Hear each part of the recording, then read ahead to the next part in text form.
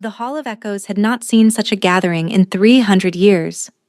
Saris pressed her spine against the cold marble of the western pillar, her fingers trembling as she clutched the hood of her cloak tighter around her face. Thousands of wolves filled the ancient chamber, their voices rising and falling like the tide, their bodies packed so tightly that the heat of them fogged the towering windows. She should not have come. The thought pulsed through her with every labored beat of her heart. She was too weak for this, too visible.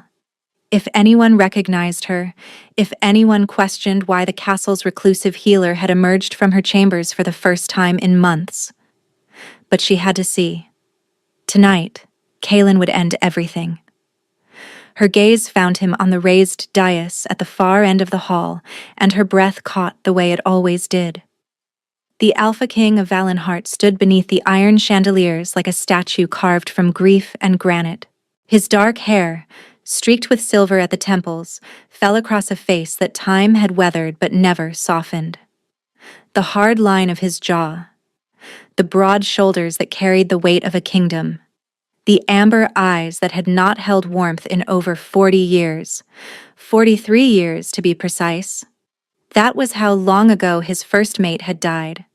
Saris knew the story as well as any wolf in the realm, the great love between Kaelin and his fated mate, Eris, the war that had torn through Valenheart when he was barely a century old. The night Eris had been slaughtered by enemy wolves while Kaelin fought on a distant battlefield, unable to reach her, unable to save her, arriving only in time to hold her broken body as she took her final breath. He had never recovered. The realm whispered that he had buried his heart in her grave, that the king who emerged from that tragedy was merely a shell, ruling with cold efficiency but feeling nothing at all. Saris knew better. She knew because she had felt him for the past 12 years, ever since the night of her 20th winter when the bond had ignited inside her chest like a torch being lit in an empty room. Her mate. The words still sent tremors through her soul. She had been a minor healer then, newly assigned to the castle's medical wing.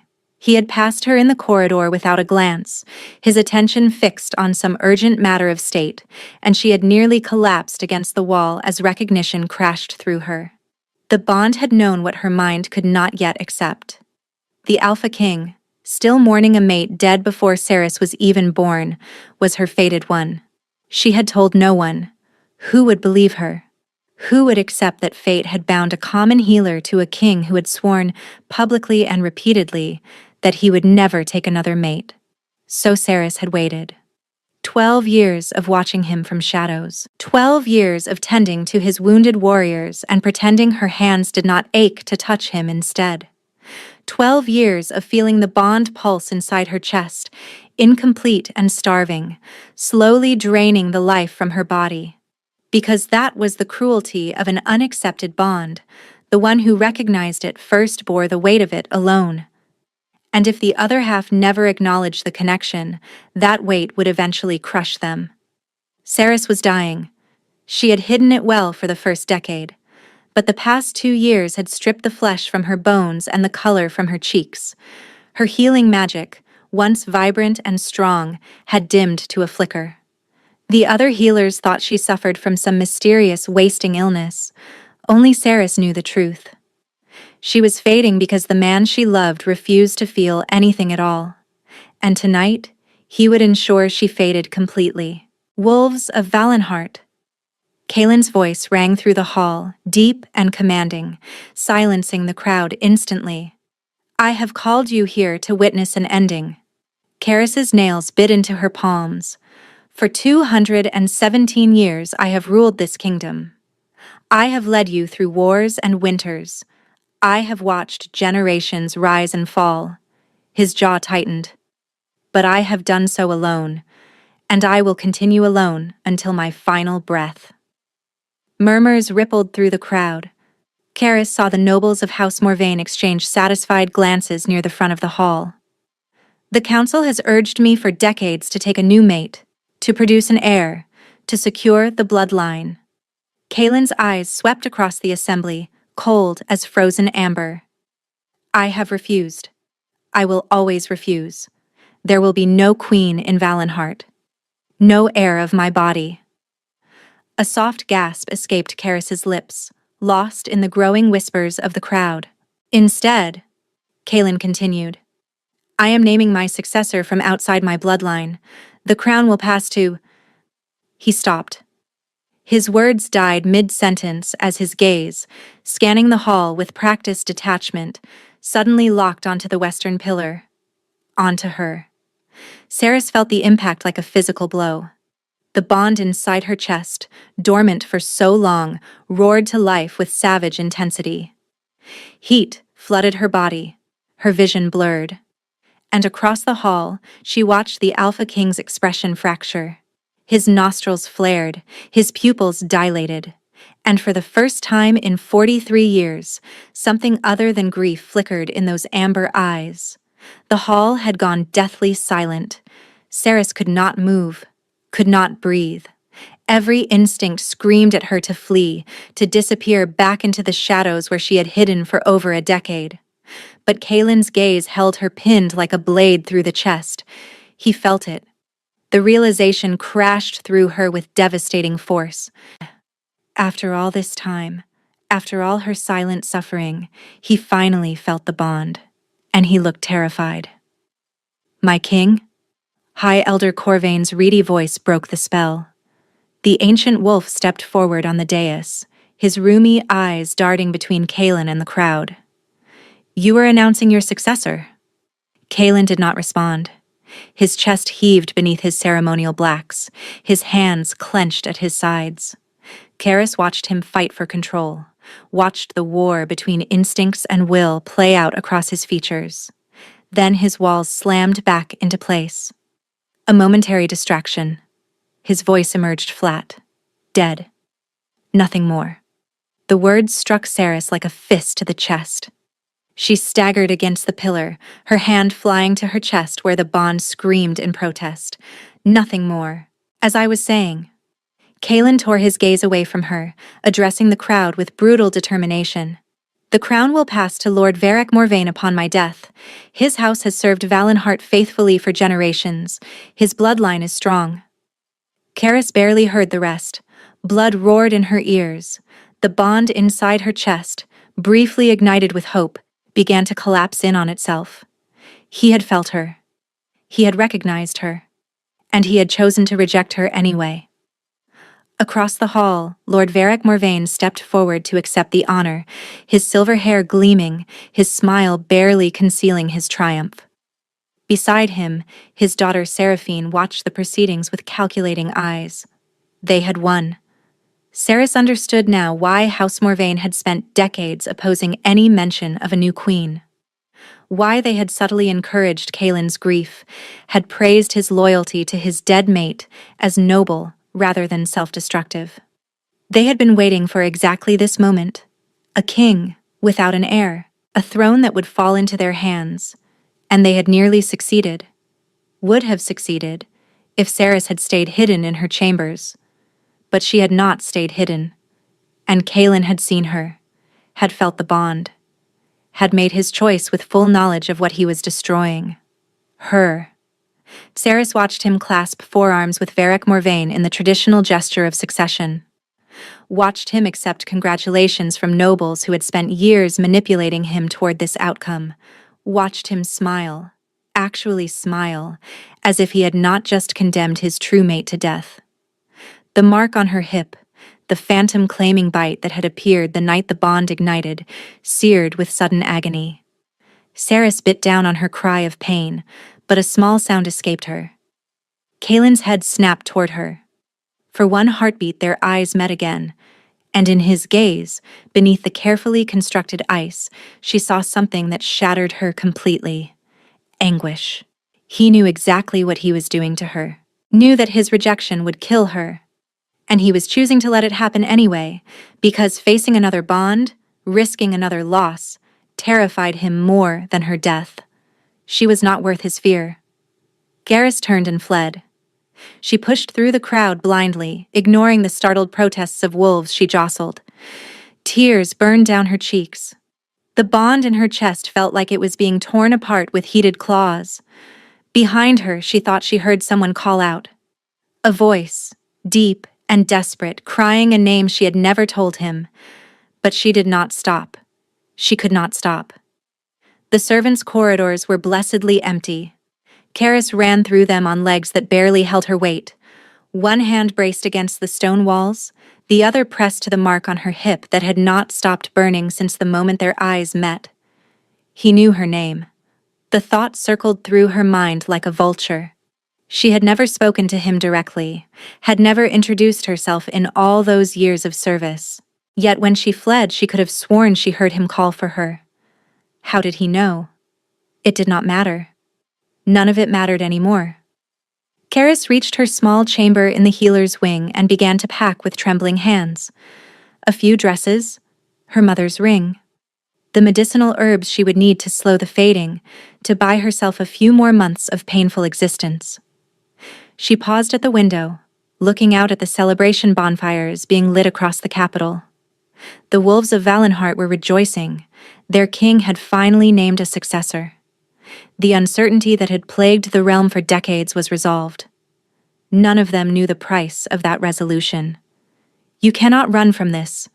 Karis spun, her heart seizing. Merrick, the king's first beta, stood in her doorway.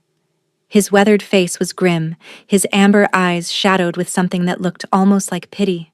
I am not running, Karis said, her voice steadier than she felt. I am removing a distraction. You are his mate.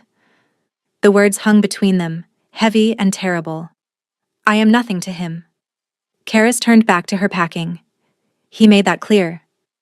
He is a fool. Merrick stepped into the room, closing the door behind him. He has been a fool for 43 years, but that does not change what you are to each other.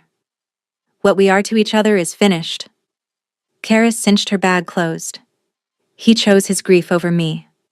He chose House Morvain over me. He chose death over me. Her voice cracked.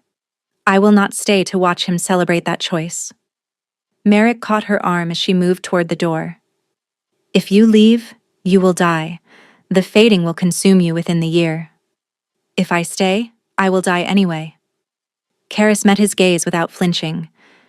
At least this way, I can do it with dignity. Far from here. Far from him. She pulled free of his grip and walked out the door. The servants' gate was unguarded, every wolf in the castle having gone to witness the ceremony. Saris slipped through it like a ghost, her cloak pulled tight against the winter wind. She did not allow herself to look back at the obsidian keep. She did not allow herself to imagine Kaelin realizing she was gone. She simply walked into the darkness, each step taking her further from the mate who had chosen to let her die rather than risk loving her. Behind her, somewhere in the castle she had called home for over a decade, a howl split the night. It was a sound of such raw devastation that wolves across the capital stopped their celebrations to listen. A sound that spoke of loss and rage and terrible, terrible regret. Saris heard it. She kept walking. But she could not stop the tears that froze on her cheeks, or the traitorous part of her heart that whispered perhaps she should turn back. She did not turn back. And by morning, she had vanished from Valenhart entirely. 6 months later, the village of Thornhaven had grown accustomed to its strange new healer. Karis lived in a cottage at the edge of the Whisperwood, a small structure of weathered stone that the village elders had offered in exchange for her services. She had accepted without negotiation. She needed nothing more than a roof and solitude. The villagers called her Wren, a small, forgettable name for a woman who wished to be forgotten. She had chosen Thornhaven because it lay at the furthest edge of Valenhart's territory, 3 weeks' journey from the capital. The wolves here were simple folk, farmers, craftsmen, hunters, who cared nothing for court politics or royal succession. They asked no questions about her past. They did, however, whisper about her condition. Saris caught their pitying glances when she walked through the market square. She knew what they saw. A woman who had aged a decade in 6 months. Hollowed cheeks, brittle hair that had faded from rich chestnut to dull gray, hands that trembled when she mixed her tinctures. The fading was accelerating. She had hoped that distance from Kaelin would slow the bond's deterioration. Instead, it seemed to hunger more fiercely with each passing day, as if punishing her for fleeing. The mark on her hip had darkened from silver to deep burgundy.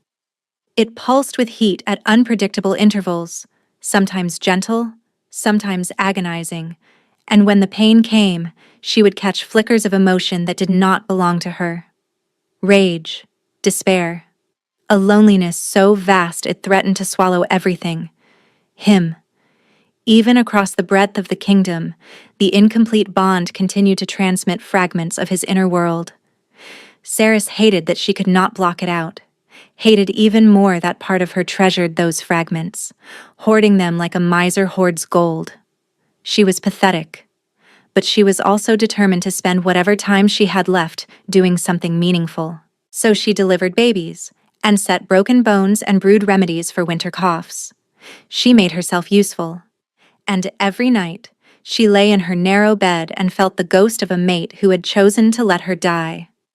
The traders arrived on the first warm day of spring. Cerys was grinding feverfew in her cottage when young Bram came running, his face flushed with excitement. "Mistress Wren, news from the capital." She kept her expression neutral despite the sudden lurch in her chest. "What news could possibly concern us here, child?" "The king." Bram's eyes were wide. "They say he has gone mad." Karis's pestle slipped from her fingers. "Mad?" she heard herself ask. Bram nodded vigorously. "The traders say he has torn apart the castle searching for something. He has dismissed his entire council. Lord Morvain has been arrested and his house placed under guard." The world tilted beneath Cerys's feet. She gripped the table for support. "What is he searching for?" "No one knows. The traders say he barely sleeps. He has sent wolves to every corner of the realm, asking questions about someone, but he will not speak her name." Bram leaned closer, his voice dropping to a whisper. "They say the kingdom is suffering, crops have withered, livestock have sickened, the wolves feel something wrong in the bond with their alpha, but none can explain it." Cerys knew. The incomplete mate bond was not merely destroying her, it was destroying him as well. And through him, it was poisoning the entire kingdom. "Is there more?" she managed. "Only that the king has offered a fortune for information. Any wolf who can help him find what he seeks will be rewarded beyond measure." Bram shrugged. "The traders think he has lost his mind to grief, that the anniversary of his old mate's death has finally broken him." But Cerys knew the truth. This was not about Eris. This was about her. After Bram had gone, she stood motionless in her cottage, her mind reeling. 6 months of silence, 6 months of believing he had dismissed her as nothing. And now this. Had she been wrong? Had his rejection been something other than what it appeared? Her mark flared with sudden heat, and through the bond came a wave of desperate, searching need. He was looking for her. 3 days later, Merrick found her. Cerys was returning from a birth in the village when she saw the figure waiting outside her cottage. Her heart stopped, then hammered painfully as she recognized the first beta's weathered face. "How did you find me?" she asked flatly. "I have been searching since the night you disappeared." Merrick's amber eyes swept over her diminished form, and something like grief flickered across his features. "The fading has progressed faster than I feared." "You came to watch me die?" "I came to bring you home." Cerys laughed bitterly. "I have no home. The king made that abundantly clear." "The king," Merrick said carefully, "has not been himself for a very long time." Something in his tone made Cerys pause. "What do you mean?" The beta glanced around, then gestured toward her cottage door. "May we speak inside? What I have to tell you cannot be overheard." Against her better judgment, Cerys led him into her small home. She did not offer him tea or a seat. She simply stood with her arms crossed, waiting. Merrick did not waste time with pleasantries. "House Morvain has been poisoning Kaelin for over 40 years. The words landed like a hammer strike. What? Not enough to kill him. Just enough to dampen his emotions, to prevent him from forming new attachments. Merrick's jaw tightened. They have had a healer in their employ since before Eris died. That healer has been adding compounds to the king's wine, his food, and the candles in his chambers. Subtle things. Undetectable unless you know what to look for. Xeris's mind raced. The grief that never faded.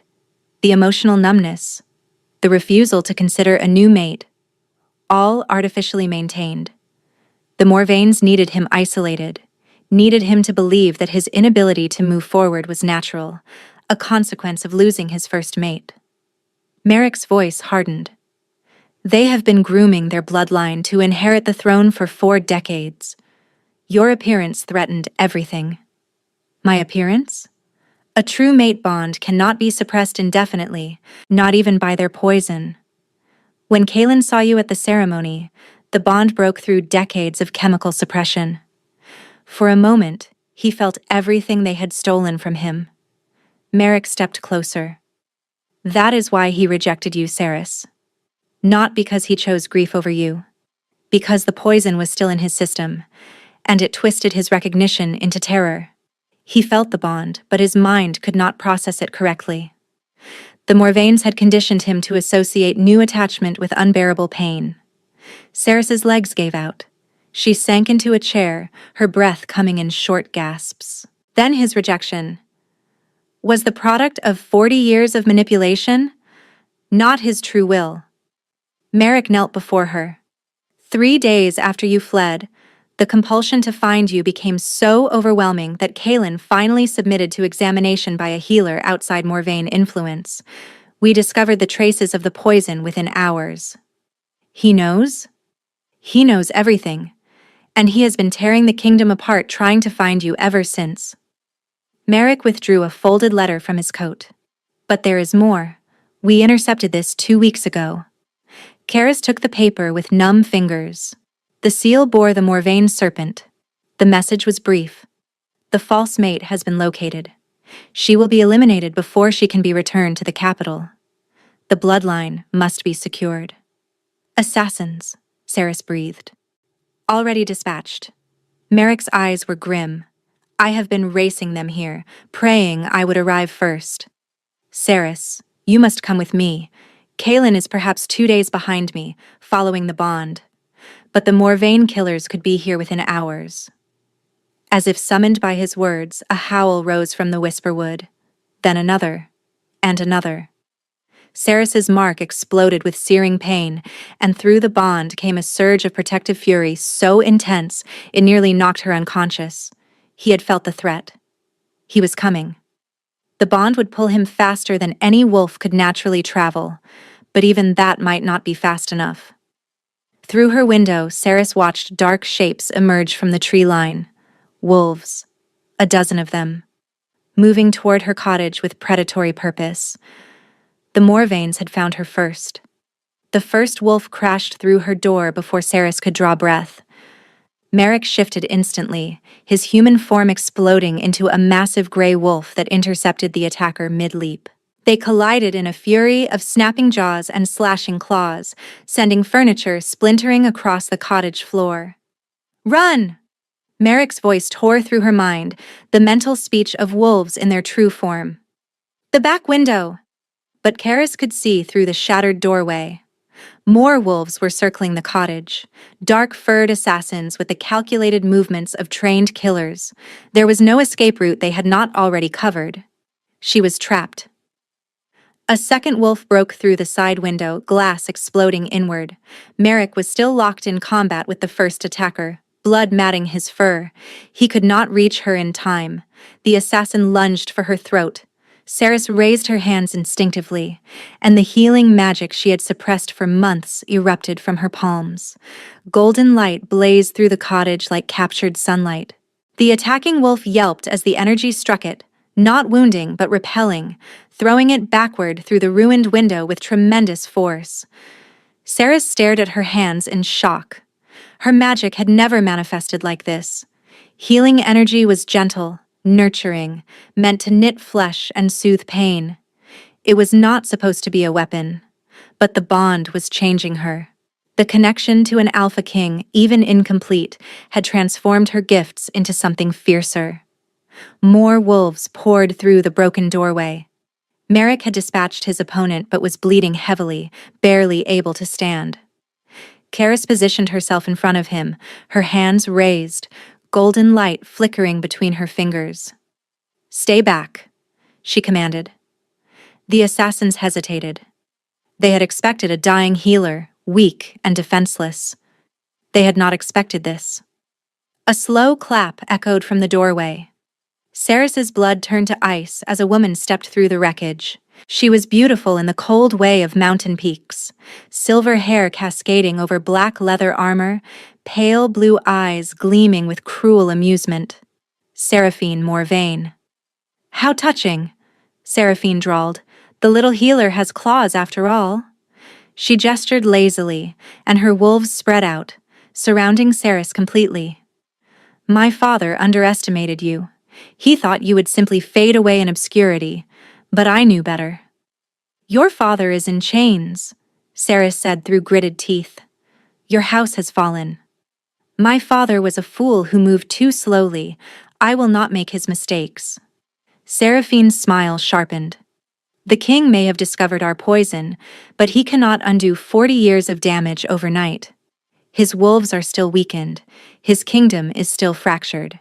And once you are dead, the bond will shatter what remains of his sanity." She raised her hand, and Ceres saw the glint of a blade, a slender dagger coated in something that shimmered with sickly iridescence. "Wolfsbane and Moonshade," Seraphine explained pleasantly. "One cut is all it takes. Even your pretty magic cannot heal what this poison destroys." Karis's light flickered. Her strength was fading, the brief surge of power already draining what little reserves she had left. She could not fight them all, but she would not die cowering. "Then come and try," she whispered. Seraphine's arm drew back to throw, and the world exploded. The cottage wall disintegrated as something massive crashed through it. A wolf so large it seemed to fill the entire space, fur black as starless midnight, eyes blazing with amber fire that cast dancing shadows across the ruined room. Ceres had never seen anything so terrifying, or so beautiful. Kalen had arrived. The Alpha King moved like death itself. His jaws closed around the nearest assassin before the wolf could react, crushing bone with a single savage bite.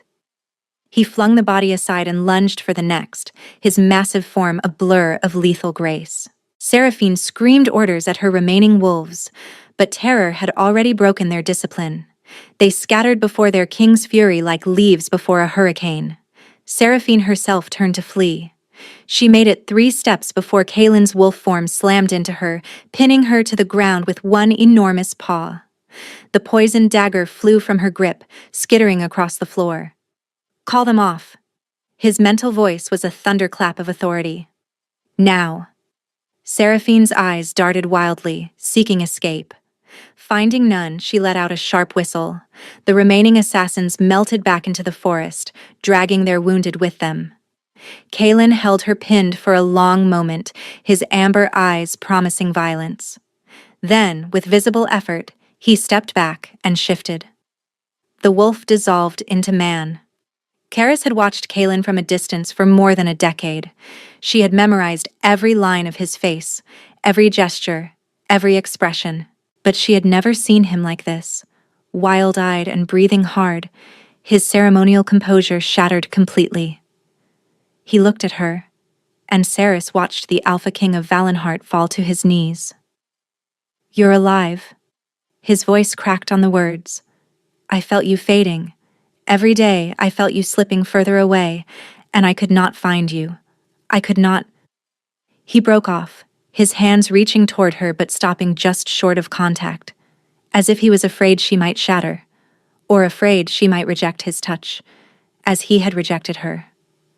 "Kalen," she whispered. The sound of his name on her lips seemed to undo him. A shudder ran through his powerful frame, and when he spoke again, his voice was barely audible. "I am sorry. I am so sorry, Ceres. What I did to you. What I let them do." You were poisoned. Her own voice emerged strange to her ears. Merrick told me. That is not an excuse. He finally looked up at her, and she saw that his amber eyes were bright with unshed tears. 40 years. They stole 40 years of my life, and I let them. Because it was easier to feel nothing than to risk feeling too much. His jaw tightened. And then you appeared, and the bond burned through everything they had built, and I was so terrified that you rejected me. The words hung between them like a blade. Yes. He did not flinch from the accusation. I felt you, Saris. For one moment, I felt everything you were, everything we could be. And I was so afraid of losing you the way I lost Eris, that I convinced myself pushing you away was protection. His hand finally touched her face, trembling fingers brushing her hollow cheek. I have been a fool, a coward, and you have paid the price for my weakness. His thumb traced the shadows beneath her eyes. Can you ever forgive me?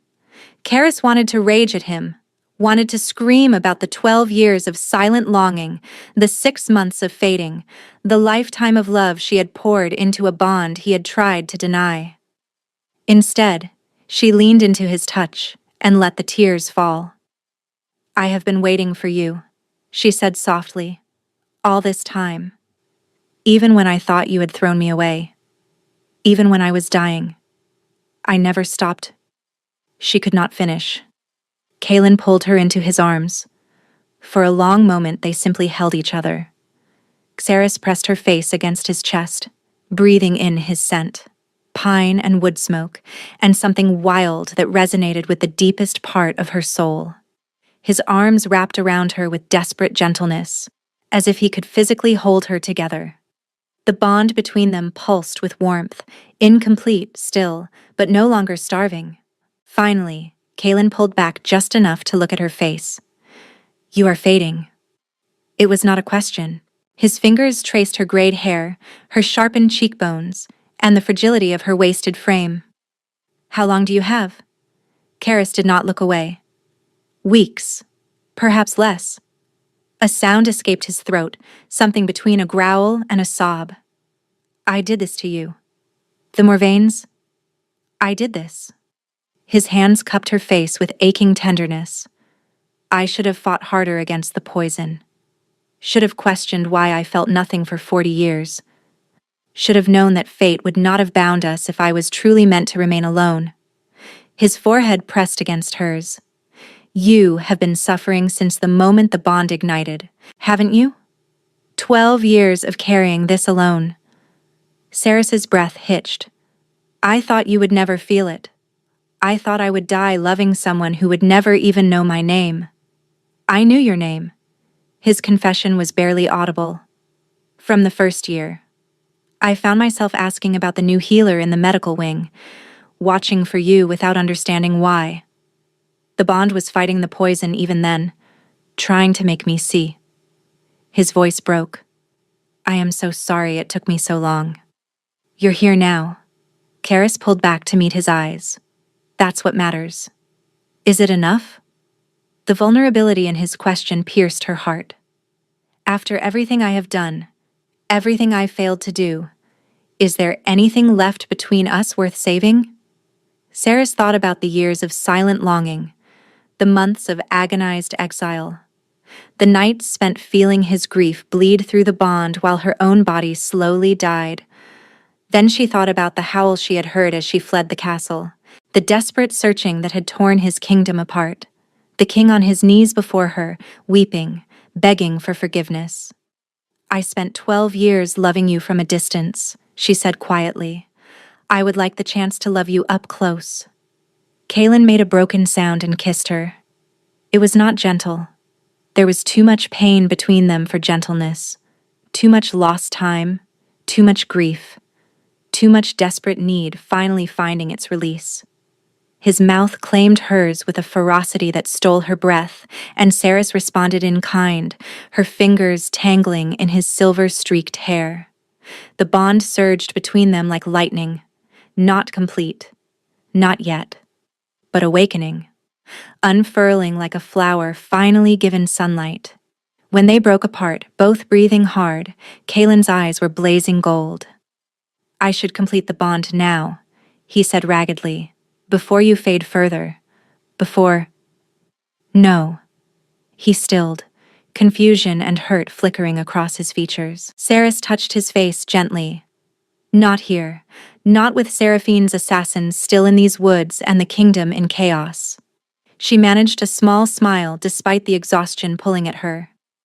"I did not wait all these years to have our bonding interrupted by politics." A rough laugh escaped him. "You are going to be a troublesome queen." "Probably." She let him help her to her feet, swaying slightly as the world spun. "What happens now?" Kalen's expression hardened. "Now we return to Valenheart. Seraphine will stand trial with her father, and every wolf in the realm will know that their true queen has been found."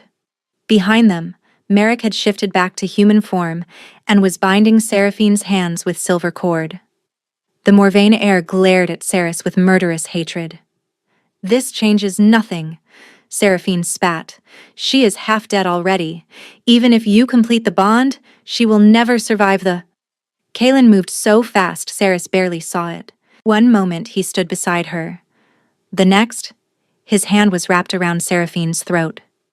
"Finish that sentence," he said softly, "and I will end your bloodline tonight." Seraphine's mouth snapped shut. Cerys placed her hand on Kalen's arm. "She's not worth it. Save your fury for the trial." For a long moment Kalen did not move. Then slowly his grip loosened. "For you," he murmured. "Only for you." They traveled through the night, Cerys cradled against Kalen's chest on his black warhorse.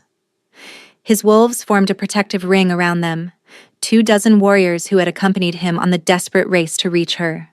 Cerys drifted in and out of consciousness. The fading had accelerated since the attack, her body burning through its final reserves.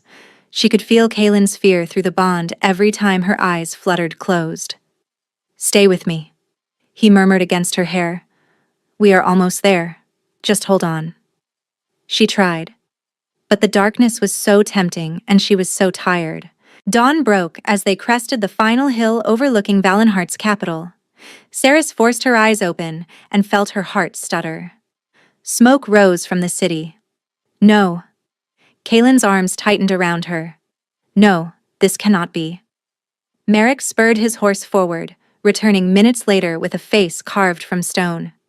"Seraphine's brother Aldrich. He has seized the Obsidian Keep in our absence. He is claiming that the king has been enchanted by a witch and must be freed from her influence." "How many support him?" Kalen demanded. "Perhaps a third of the noble houses. The rest are either loyal to you or waiting to see which way the wind blows." Merrick's jaw tightened. "He has taken hostages, the servants who remained faithful, the healers from the medical wing, anyone connected to Cerys's time at the castle." Cerys's blood ran cold. "Isolde, the head healer who trained me. She is among them. Aldrich has announced that if you attempt to retake the keep, he will execute them all." Kalen's growl resonated through his entire body. Garrus felt his wolf straining against his control, demanding blood. "He thinks to use innocents as shields," Kalen said quietly. "He does not understand what he has awakened." "We cannot risk their lives," Cerys protested weakly. "There must be another way." Kalen looked down at her, his mate, gray and fading, barely clinging to life, and something in his expression shifted. "There is," he said. "But you will not like it. Tell me. Aldrich wants you. He believes that killing you will somehow reverse the damage to House Morvain's position, if we offer him what he wants." "No." Merrick's voice cut through like a blade. "Absolutely not." But Cerys understood. "You want to use me as bait." Kalen's eyes were anguished. "I want you to do nothing of the sort." "But I know you, Cerys. I have watched you for 12 years, even when I did not understand why. You will not hide while innocents die in your name." He was right. She hated that he was right. "Then we do this together," she said firmly. "Whatever happens in there, we face it as one." Kaelin pressed his lips to her forehead. Together, he agreed. The great hall of the Obsidian Keep had become a prison. Xeris entered on trembling legs, Kaelin's hand steady on her elbow. The hostages knelt in rows before the raised dais, 37 wolves with bound hands and terrified eyes.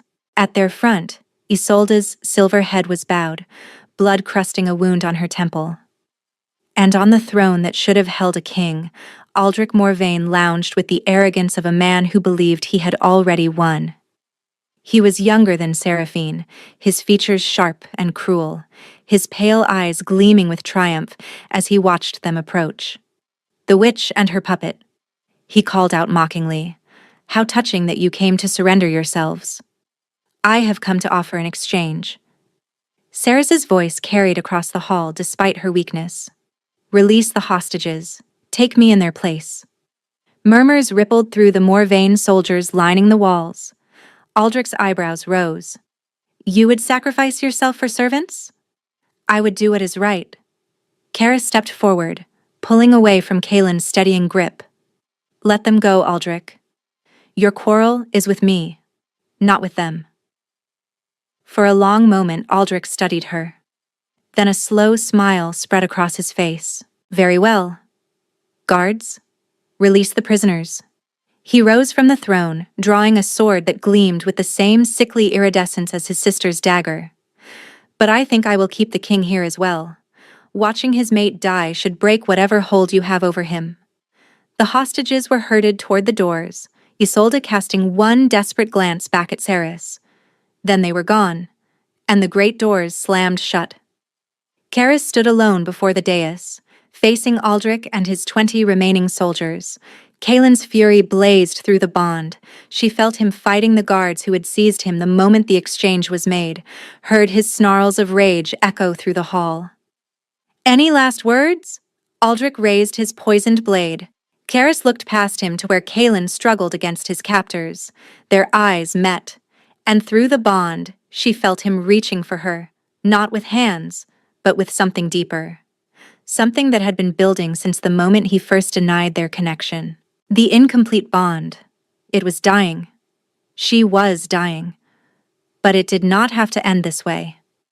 "Complete it." Kaelin's voice resonated in her mind. "Take what you need from me. All of it.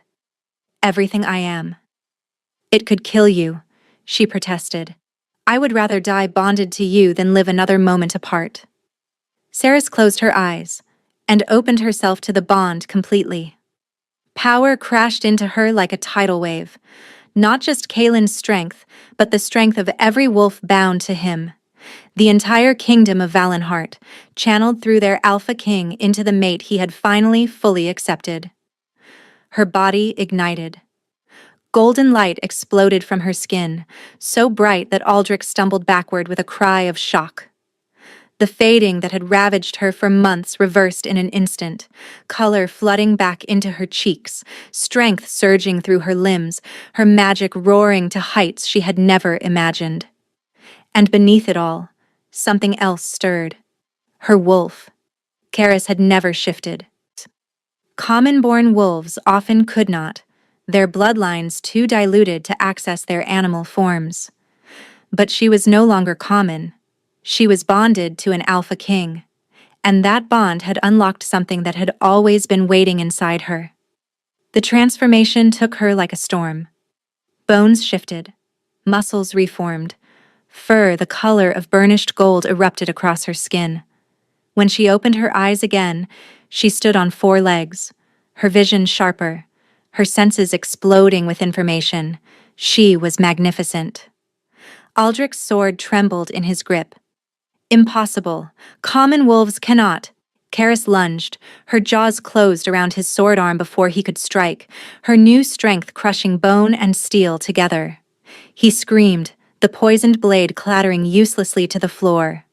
Behind her, Kaelin had broken free of his captors. His black wolf form joined her golden one, and together they faced the Morvayn soldiers. It was not a battle. It was a reckoning. Moonlight streamed through the windows of the royal chambers. Ceres stood before the mirror, still marveling at her reflection. The fading had reversed completely. Her hair had returned to its rich chestnut, her cheeks had filled, her eyes gleamed with vitality. She looked like herself again. No, she looked better than herself. She looked like a queen. The door opened behind her, and Kaelin's reflection joined hers in the glass. "The council has confirmed it," he said quietly. "House Morvain is dissolved. Their lands have been distributed among the loyal houses. Aldrich and Seraphine will face execution at dawn." Xeris nodded slowly. She could not find it in herself to mourn them. Not after everything they had taken. "And the poison?" "The healers believe it will clear from my system within a few months. Already, I feel more than I have in 40 years. His hands settled on her shoulders, warm and steady. "I feel you." Karis turned to face him. "The bond saved me. If you had not opened yourself completely, I should have done it months ago. Years ago." His forehead pressed against hers. "I wasted so much time being afraid." "We both did." Karis's hands came up to cup his face. "I could have approached you. Could have told you what I felt instead of hiding in shadows. You were protecting yourself from rejection. I was protecting myself from hope." She smiled sadly. "I think we were both cowards. In our own ways." Kaelin's arms wrapped around her, pulling her close. No more cowardice. No more hiding. "From this moment forward, we face everything together." "Everything? Everything." He pulled back just enough to meet her eyes. "Cerys, I have not said the words. I should have said them the moment I recognized you. I should have shouted them from the rooftops instead of running from them." "What words?" His hands framed her face with impossible tenderness. "I love you. I have loved you since before I knew your name. My wolf recognized you 12 years ago, even through the poison, even through my fear. And I will spend the rest of my existence making up for the time we lost." Tears spilled down Cerys's cheeks. "I love you too. I have always loved you." Kaelin kissed her, softly this time, reverently, like a prayer made flesh. When they parted, his eyes had shifted to molten gold. "The bond must be completed properly," he murmured, with the claiming bite.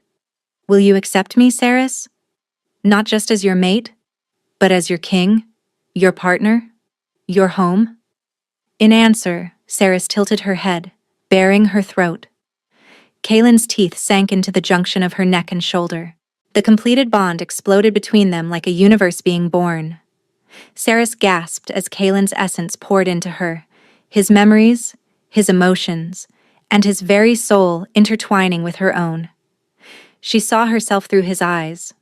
Not a servant or a burden, but a miracle.